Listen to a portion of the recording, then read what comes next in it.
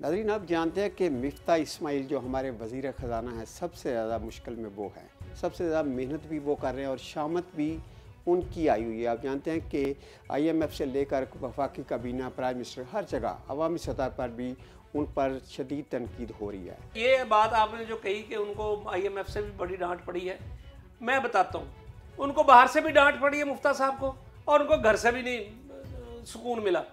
IMF ने सबसे पहले इनसे कहा कि जनाब आप किस चक्कर में कह रहे हैं कि पेट्रोल हमारे कहने पे आप बढ़ा रहे हैं बार बार, हमारे साथ तो ये मुआहदे में लिखा ही नहीं है।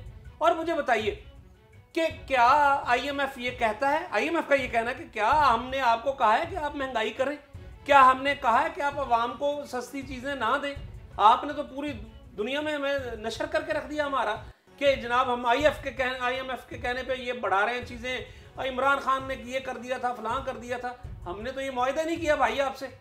तो उसके बाद जब डांट डपट हुई तो फिर प्राइम मिनिस्टर साहब भी और मुफ्ता साहब ने भी फिर बयान देने शुरू कर दिए कि पेट्रोल की कीमतें IMF के कहने पे नहीं बढ़ाई। तो पहले तो यही आप कहते रहते, माफ़ कीजिएगा, आप यू टर्न तो आप लेते हैं सबसे बड़ा।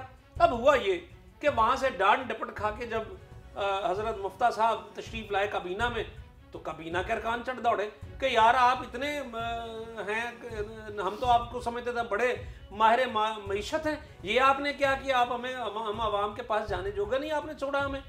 जिस पर मुफ्ता साहब का सब्र का जो पैमाना था वो लिबरेज हो गया, क्योंकि प्राइम मिनिस्टर साहब ने भी थोड़ी सी तनकीद कर दी, जिस पे हमारी मुखबरी के मुताबिक मुफ्ता साहब ने कहा, जी प्राइम मिनिस्टर साहब अगर मेरे से ज़्यादा कोई यहाँ पे है ना इस वजारत को चला सकता है तो बिस्मिल्लाह उसको दे दें, मैं साइड पे हो जाता हूँ। जिस पे थोड़ा सा वो खामोश हुए, उन्होंने इसको थोड़ा किया।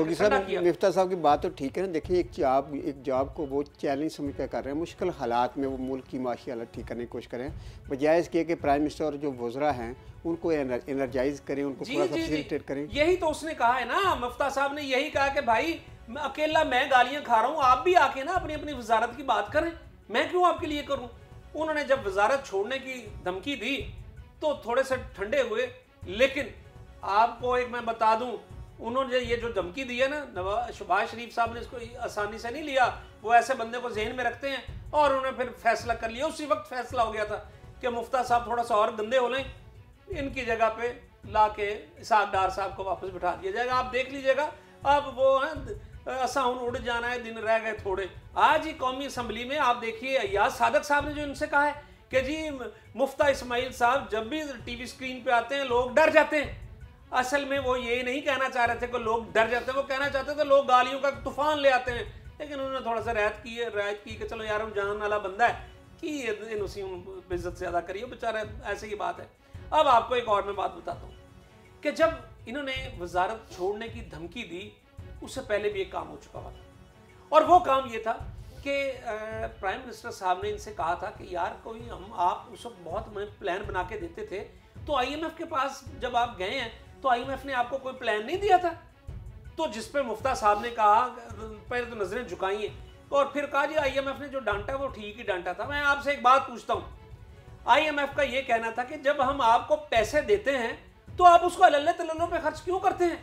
वो एक पूरा आपको माशी प्लान देता है जी कि एक आपको ये दुकान है, आप इस तरह चलाएं इसको, ये तरीकाकार है, मुफ्त में वो आपको एडवाइजरी भी दे देता है। आप ये करते हैं कि आप उस पर उड़ा देते हैं चीज़ें। मुझे बताइए, अगर हाउस बिल्डिंग फाइनेंस से आप कर्ज लेते हैं तो वो घर बनाने के लिए लेते हैं ना, उससे आप कार नहीं खरीद सकते। और अगर आप बैंक से कार लीज कराएंगे तो उससे आप घर नहीं बना सकते। एक ये असूल है। हम क्या करते हैं, IMF से पैसे लिए, कोई दुबई चला गया, कोई कुछ करने चला गया, किसी ने अपने घर को रेनोवेट करा लिया, इस तरह करके तो हम सारी दौलत उड़ा देते हैं। गोगी साहब मुफ्ता साहब ने एक निजी महफिल में ये बात भी की है कि अगर मुझे ये बार बार कहा गया कि मैंने ही गंद डाला, सारा मैं ही ख़राब कर रहा हूँ, तो मैं आपको ये बता दूँ कि जो प्राइम मिनिस्टर पहले थे इमरान खान की जो मुआशी टीम थी वो इतना बुरा भी नहीं खेल रही थी, उनकी सारी चीज़ें बुरी नहीं थी इतनी। बिल्कुल ठीक कहा आपने।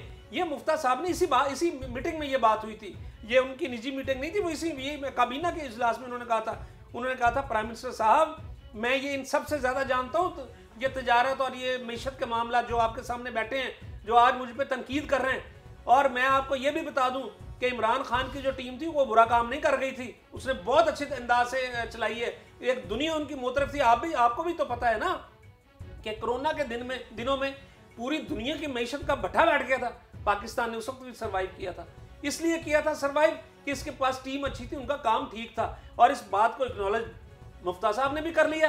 तो जिसके बाद उन्होंने सोचा कि यार ये मुफ्ता साहब अब थोड़ा सा इनके परपुर से निकलना शुरू हो गए, इनको दबाएं। और अब आप देख लीजिएगा, अब मुफ्ता साहब के दिन बहुत थोड़े हैं। इसहाक डार साहब को कह दिया गया था कि जरा कोट पैंट इस्त्री कर लें और बैग शैग भी तैयार कर लें, टूथपेस्ट भी साथ रख लें।